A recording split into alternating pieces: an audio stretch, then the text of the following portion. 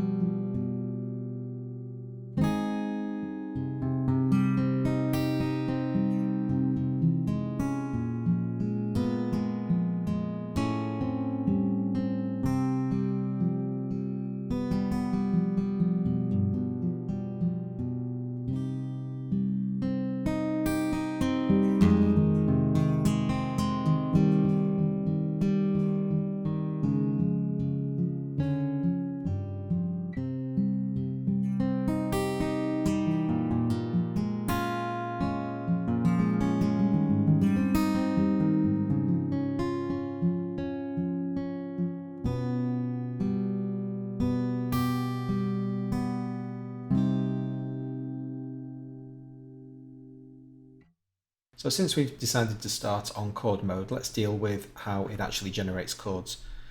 Basically, for every note that I press on the keyboard, I get to choose what chord the guitar's going to play. So I've actually plugged in C Phrygian. The thing that I just played there was C Phrygian with a couple of altered chords. So when I press the note C on the keyboard, it's going to play a C minor. That's a C minor. The two red keys, C4 and D4, are basically both C minors. And the C sharp 4 and D sharp 4 are the kind of strummy thing, muted. The yellow / orange notes are the 6 notes of the guitar, the 6 strings. Now in C minor, this version of C minor, we've got 5 different notes. Those two, the E and the F, are both playing the same root note. But depending on what chord we've got plugged in, you'll get access to all 6 notes. So this G sharp major 7 here is using all 6 strings. And as is the G minor half diminished. So for the purpose of the demo tune, I pressed a C on the guitar, which sets my selected single note. Every key that I press changes the selected single note. And then I assign C minor from these drop down boxes. We've got lots and lots of chords to play with. And then go up to the next note. Now in C Phrygian, the second of the scale is D flat major 7. So plug those 2 notes in, and now playing a D flat major 7 there, up to E. And so I basically went through every one of the notes of the Phrygian scale, plugging in the corresponding chord, and there they all are. And so I can now hold the corresponding white key down. You can see them going up on the keyboard. And I'm just basically mashing C4 up above, and there I'm back round to C minor again. Then on the black notes, I treat those as kind of fruity notes. So G sharp I plugged in to play a G7, which is the secondary dominant of the root, so it just sounds really good when you play it. It just kind of falls back, you know, comprehensively. There you are, back home again. And for a couple of the other notes, I just plumbed in nice variations. So there's a a minor 13 variant of what's normally a minor 7. And so you just get to have fun. You pick your scale, you plumb your notes in, and then you choose if you're going to have any altered notes or whatever. And this is just how I chose to do it. For the purpose of the demo, I wanted to play something that was a little bit nice, you know, a little bit exotic, not just a standard C major scale. Up above we've got some options for our chord play. So I've set the strum speed at 91 seconds. If I really crank that up, you get that really distinct, which is quite nice actually. And we can set left hand strum, which means every single note I play on the keyboard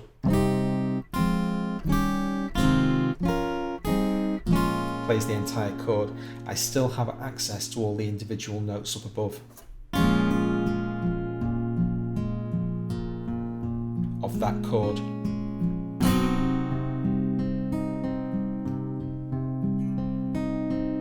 So on. Then we've got the finger and pick toggle. So I prefer to play guitars generally with my fingers. I always have, and so you get a much softer kind of sound. But if we put it in pick mode, then this is the strum setting, so you get a much brighter kind of effect.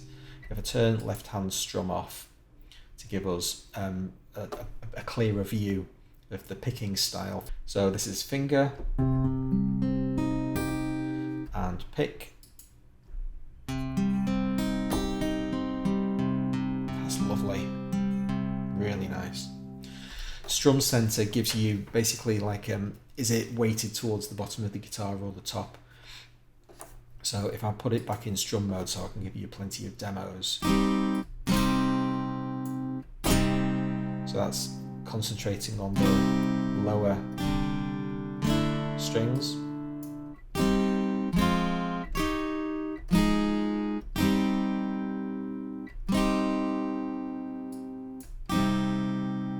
Got more depth to it, more bass down here. String amount tells you how many notes you're going to hear when you pluck a chord. If I play a really quiet note, we only hear a single note, and then for louder, it brings the rest of the notes in. So on the IntelliSense, number of strings strummed with velocity. So with the gentle sound, we get the individual notes and then a little bit more pressure and the rest of the notes come in. As opposed to up in 3s and 4s, even for a quiet note, it's playing, you know, all the notes of the chord. That's chords mode, and then we head over to solo, and now it's basically just a guitar. So try to play it like a guitar. When I was playing before, I mean, you don't really want to be doing that, but so every note of the keyboard now plays the guitar. Well, the white mapped notes, you can see there's my low E. If I go down to D sharp, I'm not getting anything. It's the lowest note on the guitar. Now, generally speaking, nice big intervals are the way to go, I think. When I'm trying to emulate what a guitar sounds like. Because typically, the notes that you're playing are 4 or 5 frets apart from each other. That's how many notes the equivalent fret on any given guitar is. So you've got quite big intervals. And it just makes it seem to me to sound more natural than if you play more clustered notes together that aren't actually physically possible to play in chord form on the guitar because all the notes are so close.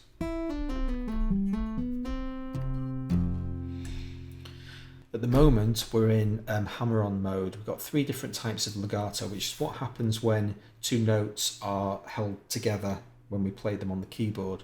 At the moment, we have a 3 semitone range in which we're going to hear the legato. And the hammer-on effect sounds like this. Hear that kind of buzz. If I go beyond the 3 semitone range that my limit's currently set to, then you don't hear that effect. And there's the 3 semitone, 4. We can have slides.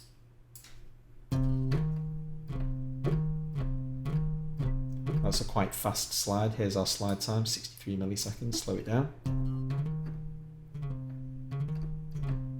It's more of a glissando because you've got frets to slide up.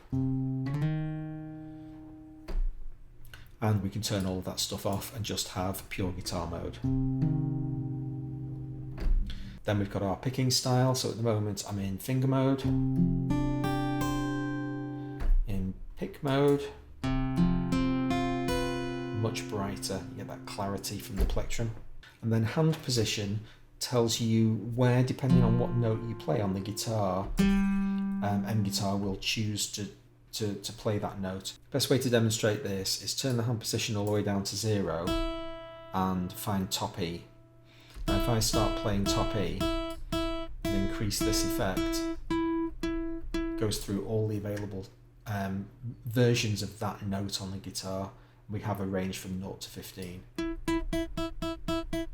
Depending on what note you're playing is going to give you that many variants. Of course, low E, doesn't matter what hand position you set, it's only one low E on the guitar.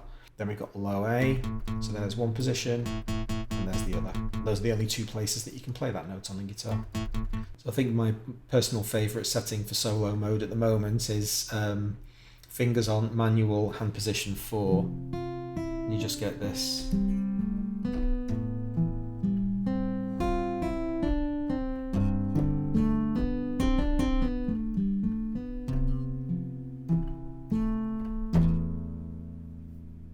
It's really, really nice.